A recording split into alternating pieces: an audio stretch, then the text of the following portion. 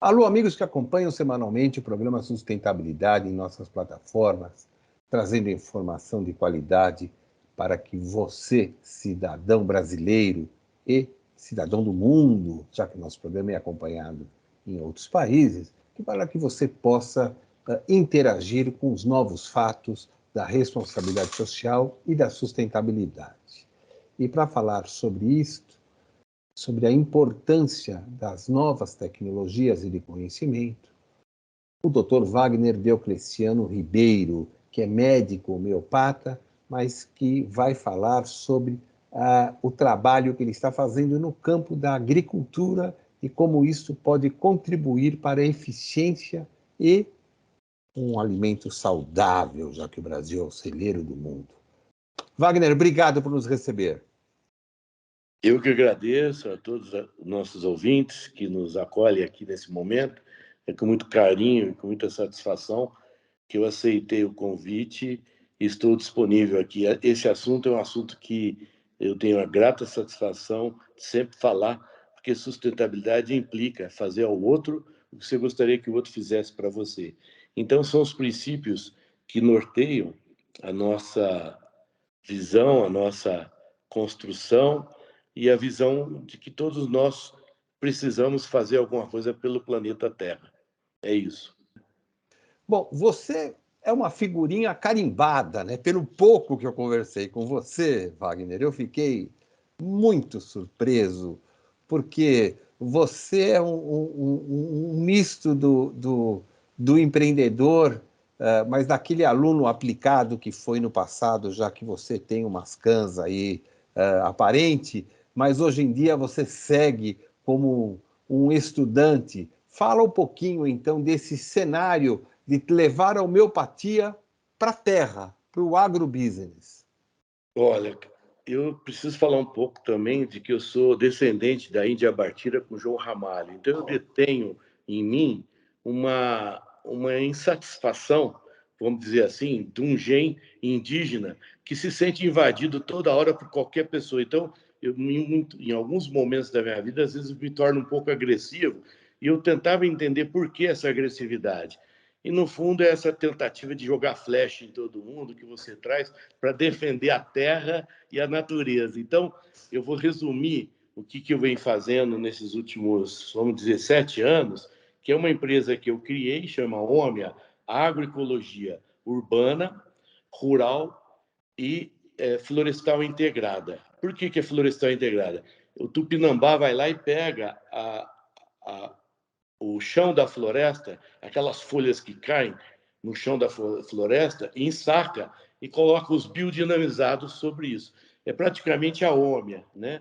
Eu digo que é uma cultura ancestral que acabou fazendo uma materialização utilizando o meu conhecimento de homeopatia e da ciência, que nós fomos para dentro da Universidade Federal de Uberlândia, onde foi criado o primeiro núcleo da Política Nacional de Agroecologia, e através das nossas pesquisas com o ressonador nuclear magnético, eu comecei a mostrar que era possível, através da física quântica, explicar como o remédio homeopático atuaria sobre a planta. Vamos dizer o seguinte: você manda uma informação para a planta que é um raio de luz, faça fotossíntese, e ela faz fotossíntese. Como é que você manda essa informação para a planta?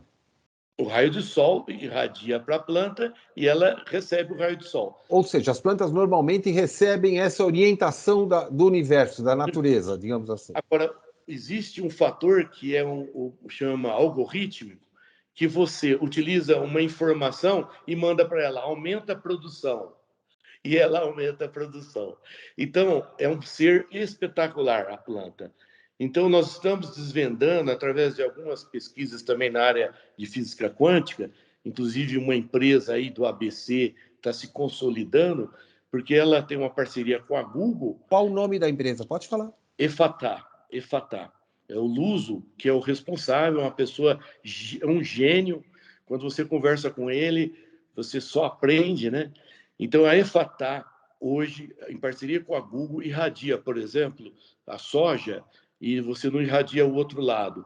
64% de aumento de soja. Eu participei de algumas pesquisas também aumento de 18% do crescimento da cana aqui na nossa região. Então, nós estamos desvendando um universo que é muito bacana, que é começar a conversar com a planta pedindo para ela algo, não só produzir fotossíntese, mas também aumentar a produção de alimento. Ser Então, eficiente, mais eficiente ainda na multiplicação, né? Justamente. Então, vamos separar então um pouquinho, porque é um tema tão complexo que talvez precisemos uma orientação para a audiência. Fala um pouquinho sobre o conceito da homeopatia primeiro, para que depois a gente leve isso para o teu trabalho junto à agricultura. A homeopatia foi desenvolvida especificamente num livro que chama O Órgão da Arte de Curar, escrito por Hahnemann em 1810. Ele utilizou de certos princípios farmacodinâmicos em que ele fazia diluições seguidas de sucções. O que significa isso? Você pega uma planta, vamos dizer a beladona, e pega uma tintura de beladona, uma gota para 99 gotas de água e álcool, e faz 100 sucções. Essas 100 sucções é capaz de desprender um princípio elementar da beladona que vai ser uma informação. E essa informação, você pega uma gota de 1CH, faz 1 centesimal hahnemanniana, pega mais uma gota de 1CH para 99 gotas de água e álcool, faz 100 sucções, você tem 2CH. Ou seja, você faz uma dízima periódica em que você faz uma progressão geométrica e vai crescendo, mas o que cresce? Ela dilui a matéria, mas quintessencia a energia. E ali tem uma informação que hoje a ciência pode estar chamando de informações do computador, por exemplo, que pode ser processada, né? Quem fez uma pesquisa foi o Prêmio Nobel de Medicina, o Luc Montagnier, que ele desencarnou agora, faz algum tempo, um ano e meio agora. Um batalhador aí do Covid, foi descobridor do HIV e Prêmio Nobel da Medicina em 2008. Ele ligava um computador num vírus e começou a mostrar que, além da matéria, que a homeopatia tinha uma informação. E hoje eles estão falando dessa informação, que é o algorítmico. E através desse algoritmo que o computador é capaz de processar, você traduz isso em informações que a planta pode captar. Bom, você, feita essa explicação, você levou isso para a agricultura. Mas só que, ao você iniciar a nossa entrevista, você falou dos seus ancestrais, né?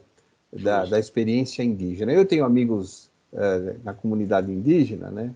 E eles possuem, então, o conhecimento científico, digamos assim, vindo da inspiração do contato com a natureza.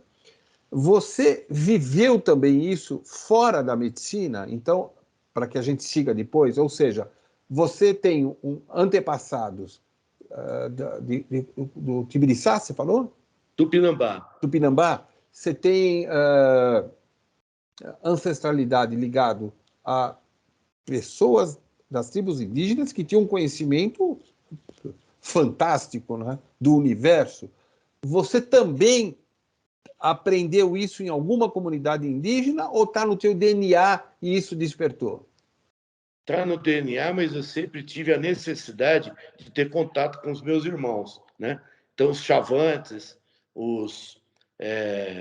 a maioria do que eu tive mais contato foi os chavantes. Às vezes saía daqui, meu pai, quando eu era pequeno, ele assessorava para ensinar a arrancar dente as madres da Igreja Católica dentro de uma entidade espírita em que ele arrancava dente e ensinava essas senhoras a arrancar dente dos índios. Então, elas iam fazer trabalho com os índios. E quando eu era pequeno, eu sempre tive uma vontade imensa de ir lá. Meu pai não teve essa oportunidade de me levar, mas depois eu quis sempre fazer um projeto Rondon e fui parar na Amazônia, tive alguns contatos também com os carajás, a gente pescava também com meu pai, com meus tios, e a gente ia para o Pantanal. Então, lá tive contato com várias tribos também, principalmente agora, recentemente, de 1997 para cá, uma tribo específica chamada Namuncurá, que está em Barra do Garça, a 500 quilômetros de Cuiabá. E eles me chamam de parente, né? E eu também me sinto filho do pai, que ele sempre está procurando os anciãos. E reunia com eles também nas tribos. Eles conversavam coisas impressionantes, onde só os anciãos e os mais velhos podiam se reunir. E aí a gente tinha uma sensação de pertencimento, era isso. Nossa, sempre que eu posso, eu vou lá para recuperar algumas coisas que eu sei que tá no meu DNA. Então, essas coisas têm se aumentado mais em mim agora, depois de uma certa idade, entendeu? Tá. Bom, você fez medicina na Federal de Uberaba e depois seguiu para a França, aonde lá você foi residente, é isto? Fui residente nos hospitais de Paris, fiz cirurgia infantil no serviço do professor Marcel Bourreau, no 19M. Lá em Paris é dividido em arrondissement, que é os bairros, né? Então eu trabalhava no nordeste de Paris e morava na cidade internacional universitária. Então foi uma experiência também maravilhosa, que eu tive a oportunidade, inclusive, de estar com o Raoni e com o Stink, quando ele lançou o livro dele, e tinha uma rádio portuguesa que uma francesa fazia as traduções. Nessa visita, ela era fascinada pelos índios, então eu também fiz traduções lá em Paris, na rádio portuguesa, explicando, falando um pouco dos índios, e foi também muito espetacular. Conheci o Raoni lá, depois estive no Rio +20, no Eco 92, estive com eles também, e sempre reunindo os índios, né, nos ambientes em que eu me sentia partícipe, né, desse movimento, né?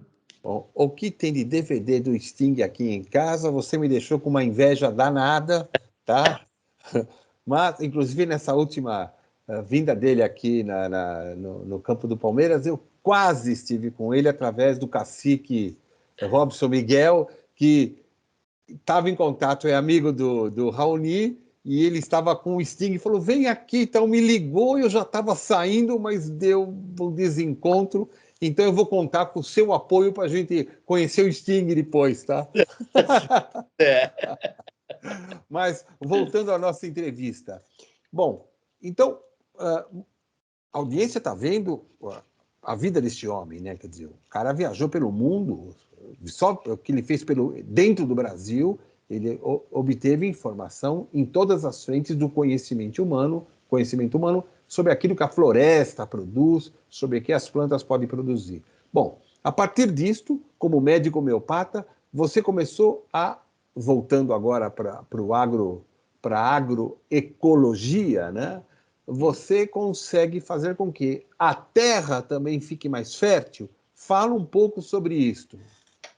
A partir daí que você conhece um pouco dessa cultura que vem, porque havia uma cultura ancestral de cultivo no meio da floresta, então, quando você abria uma frente na floresta, o solo já ia ficando mais depauperado, eles fechavam aquilo, deixavam a floresta se restabelecer, e os mais velhos e as crianças e as mulheres eram responsáveis pela comida, pela mandioca, pelo cultivo e pela o que a gente chama de alimentação orgânica natural, né? Que isso é essencial. Hoje a ciência está mostrando que é essencial a gente comer orgânico e natural. Então, o que você tem, então? Eles faziam manejo, aquilo que a gente chama de manejo, né? No campo.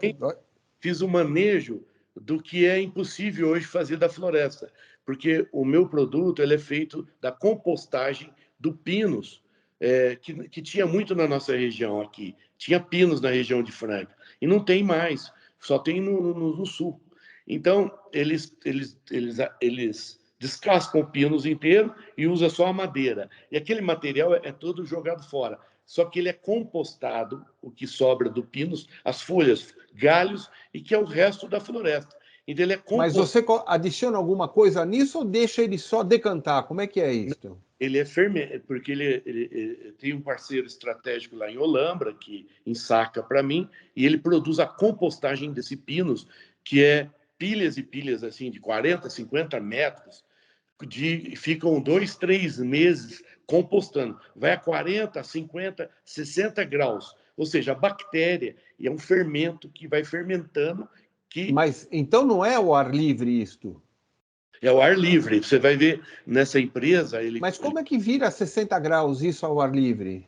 Porque eles usam as máquinas de terraplanagem para movimentar e fazer a oxigenação, porque essas bactérias também são aeróbicas, elas precisam do ar, do oxigênio para fermentar e parece que queima aquilo ali, entendeu? E aí a gente acrescenta turfa, pode acrescentar para quem precisar do mercado micro e macronutrientes, vai depender de uma análise do solo que você faz, mas muitas vezes a gente estava buscando a certificação do orgânico, a gente não usava química. Mas como o mercado ficou flexível, a gente precisa agora de ver como o solo se comporta e qual a necessidade do solo. E às vezes você já tem matéria orgânica suficiente, você não precisa dessa compostagem, você usa só o basalto. O que é o basalto? É uma rocha natural que produz a melhor terra do Brasil, que produz o melhor café do Brasil, da nossa região, que é o café arábico aqui. Por quê? Porque é o solo massapê. O massapê veio da rocha basáltica e tem todos os microelementos necessários nessa rocha. Precisa do quê? De que a bactéria ataque essa rocha e produza a biodisponibilidade para a raiz da planta absorver. Então, é um mecanismo... Você quer dizer que você coloca, então, o minério em contato com essas folhas que estão em decomposição,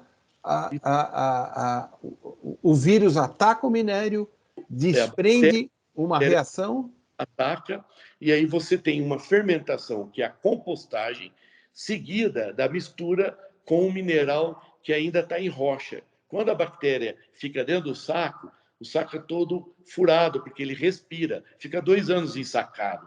E o que eles usarem não é só um substrato, mas ele é uma compostagem que você utiliza já plantando a planta direto num vaso, ou usa no seu jardim, ou usa na sua horta.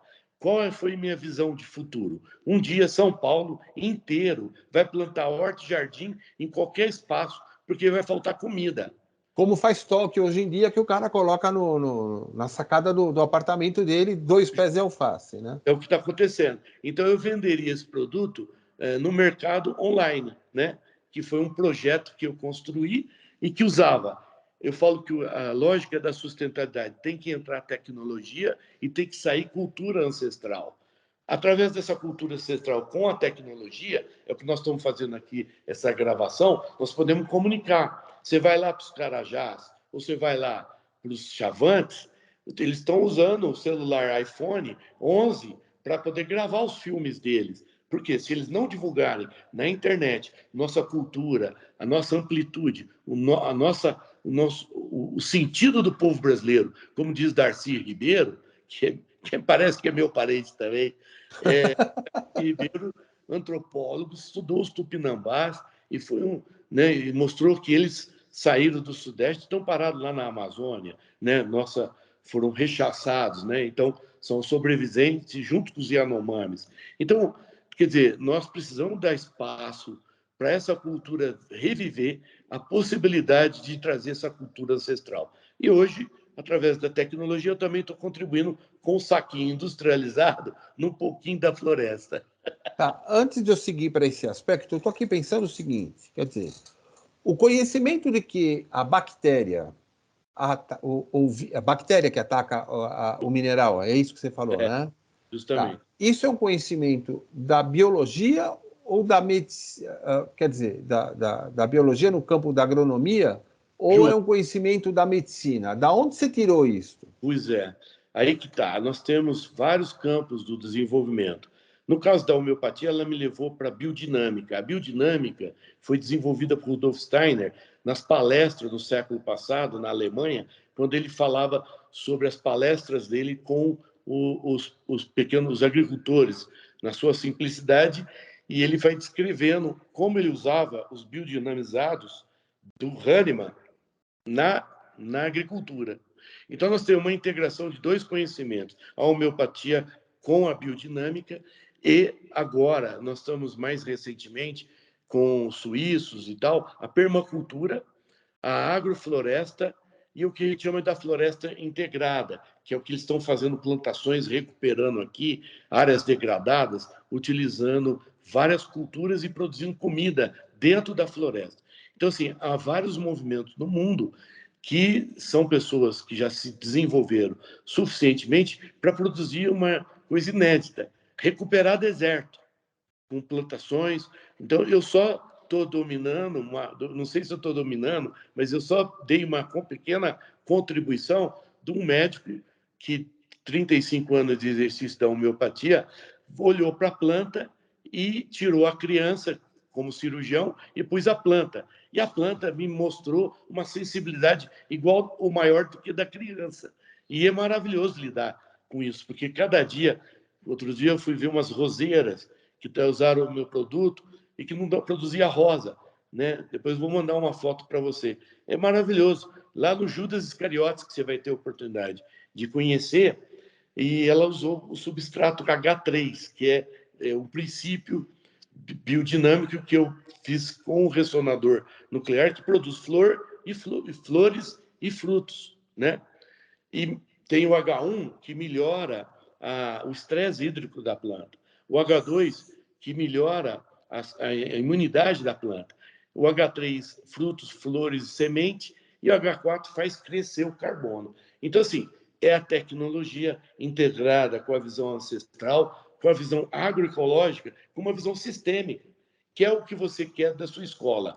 Uma visão sistêmica da criança, que aprende por si próprio a empreender, empreendendo uma nova agroecologia, uma nova visão de produção de alimento, uma nova saúde, que envolve comer bem e exercitar o empreendedorismo, trazendo recurso financeiro.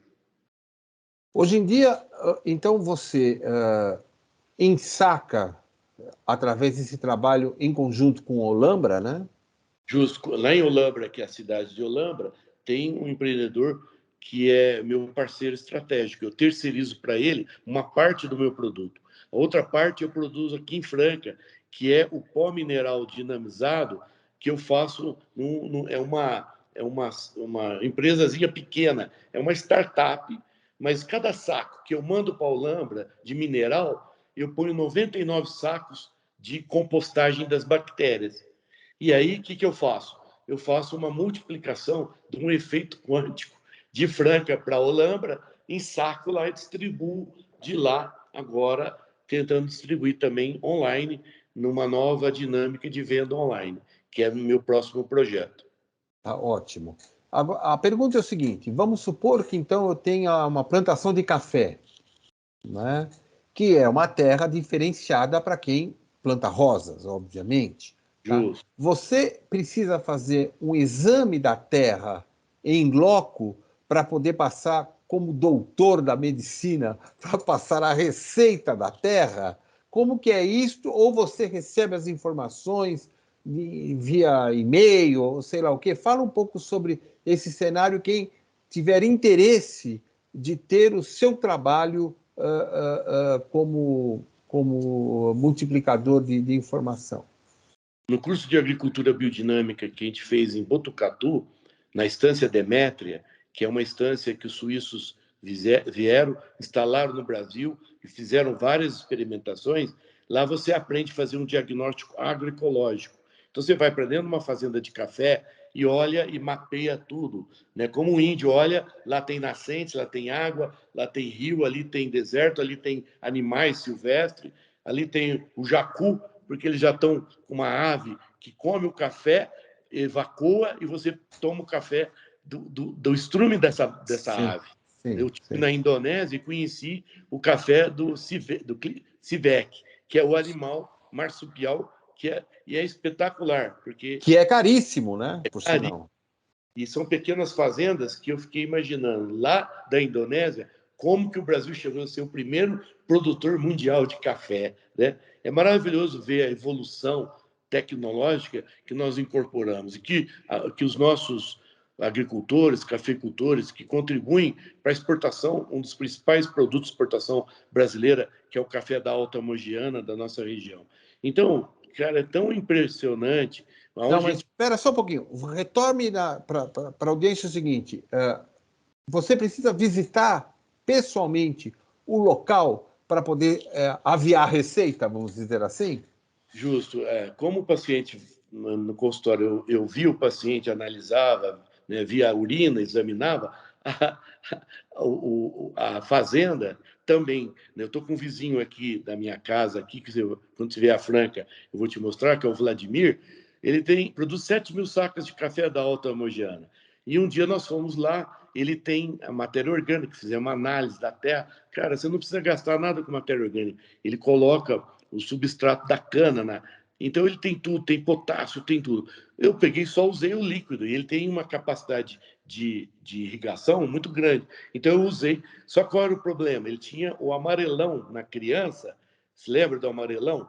Que a criança fica toda amarelada? O café também tinha amarelão, é o nematóide. Aí um técnico que trabalha comigo, falei, como é que você viu o nematóide? Ele arrancou lá, e aí nas raízes do café, cheio de... Você põe no microscópio, você vê uma larvinha, que é o nematóide. E ele suga, né, a raiz do café, ele fica amarelo. Então, o que eu peguei? Você pega o nematóide, faz um bioterápico homeopático e faz o tratamento direto. Então, isso é um princípio biodinâmico que eu uso no consultório. Eu usava, por exemplo, infecção urinária num indivíduo, né, que não, tomando antibiótico não tinha mais solução. Usa o bioterápico, você faz tipo de uma estimulação imunitária.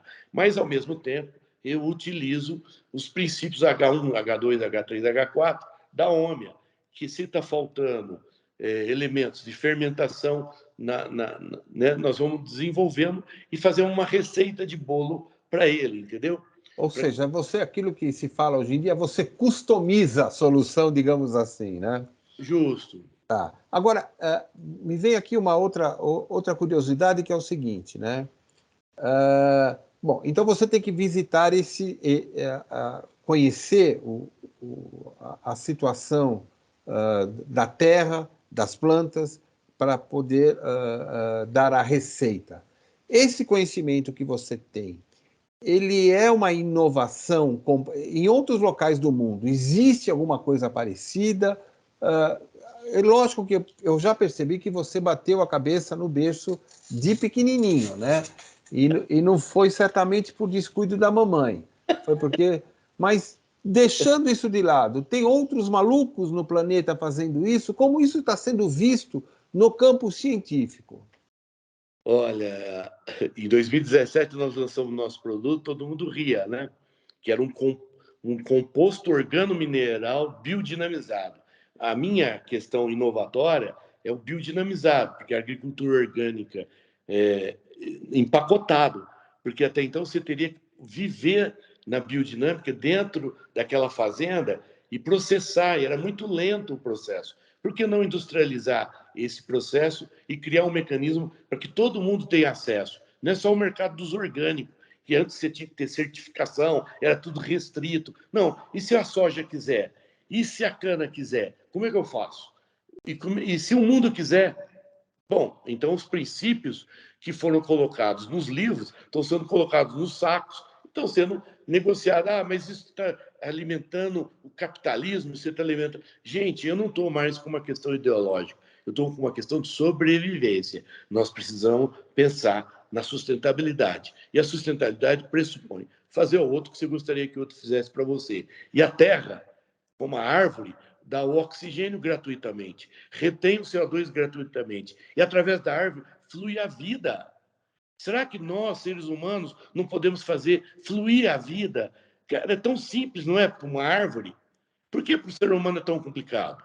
Sim, não, e a remuneração econômica, tecnicamente falando, faz parte do tripé do triple bottom line, que tem que ter retorno econômico, então não há pecado nenhum nisto, né? Muito pelo contrário, sem dinheiro não há investimento, e se não houver investimento, não há desenvolvimento de tecnologia e da disseminação do conhecimento, né? Que também isso é importante. Como nós estamos chegando no final do programa e esse tema é muito complexo, certamente você vai voltar outras vezes para falar sobre isso, quais são os seus objetivos de médio, curto prazo e para o futuro? Quer dizer, você quer colocar isso em prateleiras?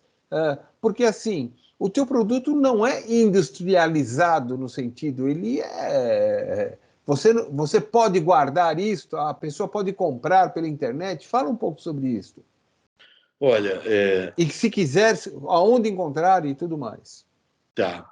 O que me vem é a questão de que você precisa de soluções aplicadas. A Omia surgiu para dar solução. Eu falei para o meu pai um dia, eu não quero produzir café, eu quero produzir soluções para o cafeicultor, porque eu sei do sofrimento dele, eu sei da luta para tirar da terra e ainda com as mudanças climáticas que estão instalando no mundo, né, que nós vamos ter que dar conta, usar da inteligência e da tecnologia para chegar num denominador comum que é a sobrevivência da humanidade, produzir comida para todo mundo.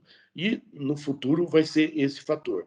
Então, se eu pudesse pensar num produto que trouxesse tanta solução, como eu estou vendo cada dia que passa, que eu vou numa fazenda, que eu vou no outra, eu aprendo uma coisa diferente na agroecologia.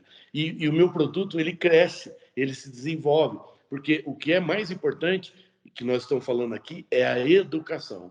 E a educação como a escola do empreendedor agrícola, do empreendedor que recria.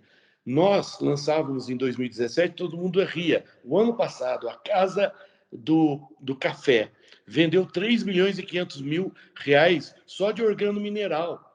E a gente falava em organo mineral, todo mundo falava, é um absurdo, porque todo mundo usava química. A gente estava lutando contra os grandes... Você quer dizer que o seu produto, então, contribui naturalmente, né, para que você reduza a utilização de defensivo químico? Muito, e de lá para cá quebrou-se um paradigma.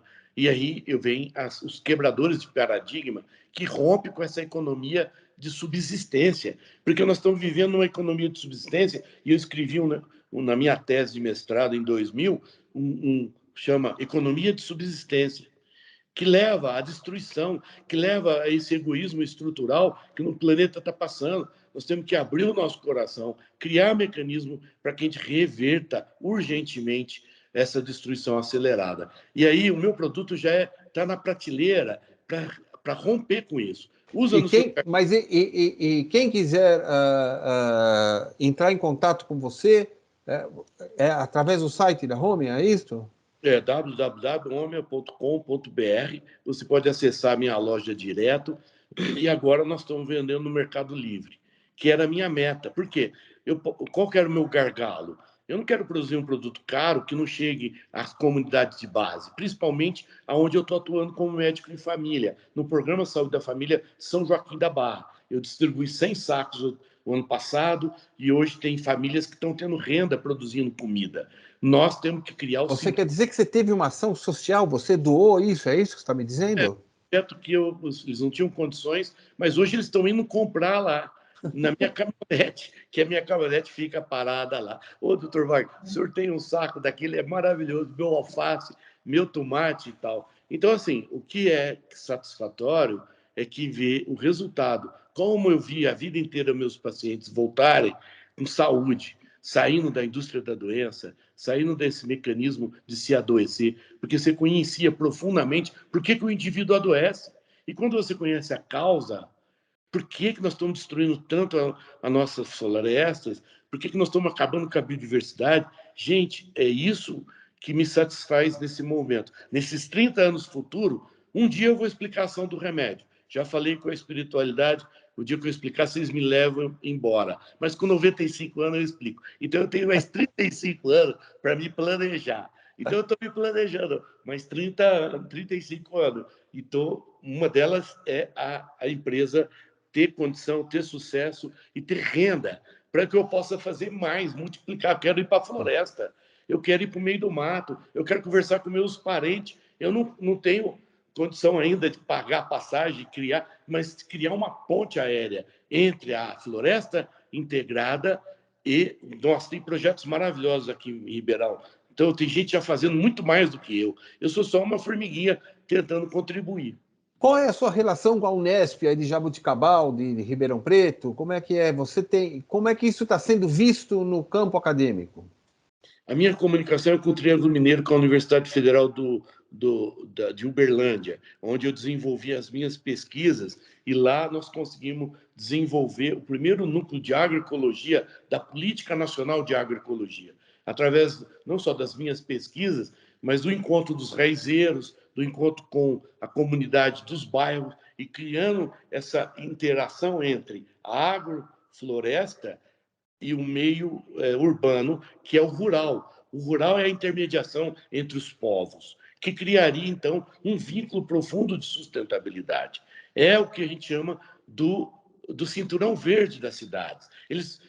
Franca lançou o Código Nacional do Meio Ambiente, porque nós fomos a primeira cidade a ter o Código do Meio Ambiente. Na minha gestão como coordenador do meio ambiente, através de um vereador, Dr. Joaquim Pereira Ribeiro, que fez o nosso Código do Meio Ambiente, virou um referencial para esse Código Nacional.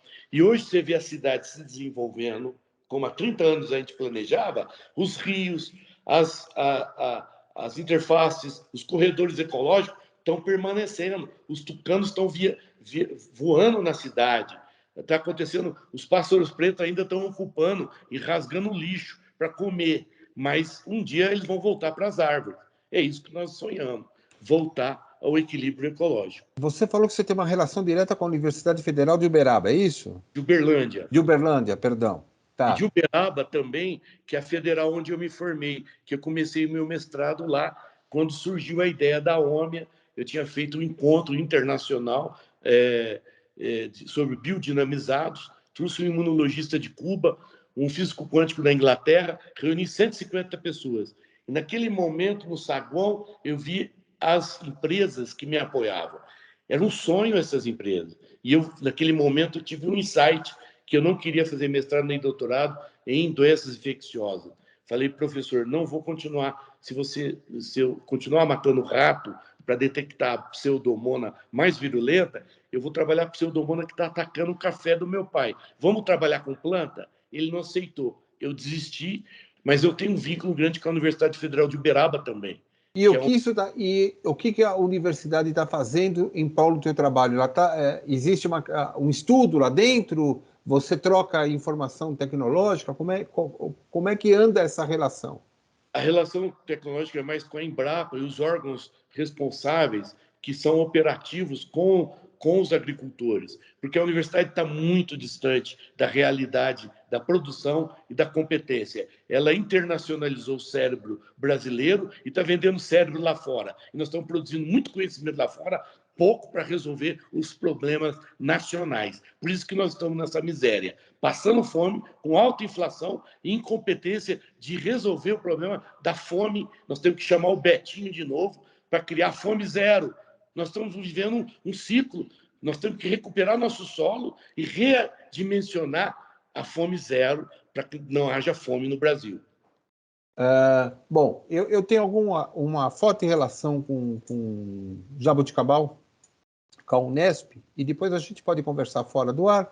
Aquilo que o Programa Sustentabilidade poderá contribuir para que você avance, já inclusive que em Ribeirão Preto, as startups lá, o grupo da Supera, né, que incuba, né, as startups, eu acho que você poderia talvez até fazer uma palestra para eles e falar tecnicamente, se assim você desejar, para que você coloque esse conhecimento à disposição deles. Eu faria com muito prazer essa ponte. Eu agradeceria profundamente, porque recentemente nós recebemos a Reneide, que participa também, não sei se é da startup de lá, mas ela também do ecossistema. Ela criou uma ideia de ecossistema. E na nossa startup aqui, nós começamos a trabalhar essa ideia do ecossistema. Franca, Ribeirão, quem sabe você faça a ponte, né? Sim, seria com muito prazer. Eu vou entrar em contato com o professor Ferraldo, que é o diretor lá de Jaboticabal, e também tenho em Botucatu uns bons contatos. Eu queria aproveitar, eu falo que antes de nós terminarmos, mas é difícil terminar, porque gera um monte você estava dizendo que você tem um interesse de levar para o campo social esse trabalho para que você facilite para que as pequenas famílias possam ter a sua produção potencializada, né? Para quem que você enxerga que seriam os potenciais investidores numa ação social isso? Banco? Quem que você enxerga para que a gente possa tentar alguma cooperação nesse cenário? Porque, assim, nós temos que quantificar um pouco esse teu trabalho maravilhoso para que a gente possa dizer, por exemplo, para um agente financeiro, olha, se você gastar R$20 com cada família, você potencializa X hectares a mais, vamos chamar assim, de eficiência na colheita. Você tem uma relação para que a gente possa apresentar isto, ou seja, uma relação de que o investimento de X resulta numa eficiência de Y? Olha, agora que a gente está vendo os resultados de diversas culturas, né, que a gente tem visto, por exemplo, na uva, a melhora agora, a matemática financeira, ela vai ser resultado agora quando eu conseguir colocar a questão distribuída no Brasil, que o meu gargalo era a distribuição, e com as plataformas vai ficar mais fácil. Eu busco uma sustentabilidade na busca da solução a partir do meu passo a passo. Agora, a construção de financiadores, só para você ter uma ideia, a BASF e a Bayer já estão trabalhando com a EFATA. Por quê? Quando elas perceberam que elas não vão conseguir mais vender os produtos químicos, elas se associaram e tentaram levar essa família aí. A EFATA é a empresa em São Bernardo que usa o teu conhecimento, é isso? Eles já têm matematicamente, porque eles estão ganhando em cima da aumento de produção. Então, se você produzir, começou a usar a minha tecnologia e você produziu 64% a mais, metade, sei lá, eles indexaram isso no aumento de capacitação, de busca de solução, e não mais no mercado, porque a lógica do capital também está doente. O capitalismo está doente, o comunismo está doente. O que é fator decisivo nesse momento é a interatividade empreendedora entre todos nós. São pessoas criativas, aquelas que oportunizam essa comunicação, aquelas que interagem e que vão mudar. Nós vamos mudar, porque não tem mais solução. E você acha, e nesse cenário, você acha que o projeto da escola incubadora do professor Berbel pode contribuir de que forma? Bastante, principalmente dentro de uma startup da cidade de Franca, em que eu já comecei a investir em empreendedores, uns meninos do Senac, que vieram, passaram em primeiro lugar na criação de um aplicativo que chama Lá Tem a Empresa. Esses meninos, eu já estou repassando um valor mensal para que eles me ajudem a levantar o meu mercado e ir para o mercado, porque eu vou me autofinanciar. Eu não acredito mais em busca de... Porque existe as moedas podres e existem as moedas que virão para sustentabilizar a sustentabilidade. Então, eu não me apego mais às moedas podres. Eu me apego àquilo que é uma verdade intrínseca, àquilo que eu estou desenvolvendo. Quando é verdade, eu entro no campo e percebo que aquilo é uma verdade e nós vamos em frente. Quando não é, eu não alimento. Então, você entende? Talvez nós temos que buscar novas formas de financiar e a visão desse financiamento vai surgir, talvez até dentro da interatividade dos empreendedores que nós vamos startar aqui nessa startup da Cidade de Franca. Entendeu? Eles vão ser financiadores da escola, quem sabe? Perfeito. A cadeia de empreendedores integrativos. Eu coloco naturalmente o programa Sustentabilidade à sua disposição para que você possa retornar e divulgar tudo aquilo, os avanços que você tem observado, que não são poucas coisas, né? A gente percebe que há um cenário monstruoso de informação e nós vamos tentar depois dar um acabamento, digamos assim, acabamento no sentido respeitoso, para que os agentes econômicos possam perceber essas vantagens e consigo entrar em contato contigo. Foi um prazer muito grande te conhecer, viu, Wagner? Muito grande mesmo. Muito obrigado por esse momento que você me oportunizou. É uma satisfação. Eu falaria aqui o resto da madrugada, mas nós temos tempo, né? Tá. E nos aguarda em Franca, acho que em agosto, no evento do Renato Teixeira, na Fazenda e tal. Nós pretendemos aparecer aí, vamos tomar um cafezinho da região de Franca. É uma satisfação recebê-los aqui, tá bom? Tá bom. Muito prazer. Nós estamos encerrando mais uma edição do programa Sustentabilidade, trazendo informação que você só encontra aqui, em lugar nenhum do mundo você vai encontrar gente que está criando novos sistemas econômicos, divulgando conhecimento e produzindo um país e um mundo melhor. Até a semana que vem.